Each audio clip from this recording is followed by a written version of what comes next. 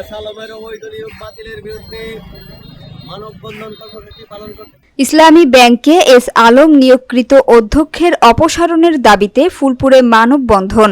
বিস্তারিত থাকছে ময়মনসিংহের ফুলপুর থেকে ফয়জুর রহমানের প্রতিবেদনে।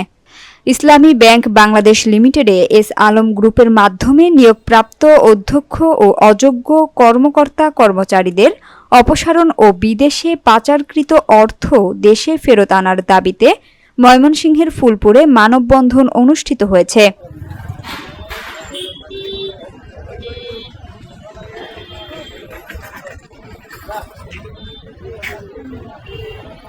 সোমবার সকাল 10টায় ফুলপুর ইসলামী ব্যাংকের শাখা কার্যালয়ের সামনে ইসলামী ব্যাংক গ্রাহক ফোরাম, স্থানীয় সচেতন নাগরিক, বৈষম্য বিরোধী চাকরি প্রত্যাশী পরিষদ ও ব্যাংকের সাধারণ গ্রাহক এবং সমাজের বিভিন্ন শ্রেণী পেশার মানুষের অংশগ্রহণে এ মানববন্ধন কর্মসূচি পালন করা হয়।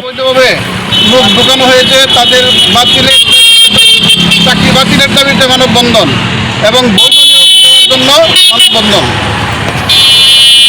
ব্যাংক এমন একটা ব্যাংক যে ব্যাংকটা সারা পৃথিবীর মধ্যে বাংলাদেশে প্রতিনিধিত্ব করছে এবং আরব বিশ্ব সহ এশিয়া মহাদেশের মধ্যে নাম্বার 1 মানববন্ধনে বক্তব্য রাখেন ইসলামী ব্যাংক গ্রাহক ফোরামের সভাপতি মোশাররফ হোসেন, বৈষম্য বিরোধী চাকরি প্রত্যাশী পরিষদের সুয়াইব সম্রাট প্রমুখ। বক্তারা বলেন, ইসলামী ব্যাংক বাংলাদেশের অন্যতম আস্থাভাজন একটি আর্থিক প্রতিষ্ঠান, অথচ 2017 সাল থেকে 2024 সাল পর্যন্ত এস আলম গ্রুপের প্রভাবে অধ্যক্ষ, অযোগ্য ও অনভিজ্ঞ লোকদের নিয়োগ দেওয়ার ফলে ব্যাংকটির স্বচ্ছতা, জবাবদিহিতা ও পেশাদারিত্ব প্রশ্নবিদ্ধ হয়েছে। এতে করে গ্রাহক সেবা মারাত্মকভাবে বিঘ্নিত হচ্ছে এবং আমানতকারীদের মধ্যে চরম হতাশার সৃষ্টি হয়েছে। তারা আরও বলেন, ইসলামী ব্যাংকে এস আলম গ্রুপ একটি বিশেষ অঞ্চলের লোকদের অর্থের বিনিময়ে একচেটিয়া নিয়োগ দিয়েছে, যাদের অধিকাংশই অদক্ষ ও অযোগ্য।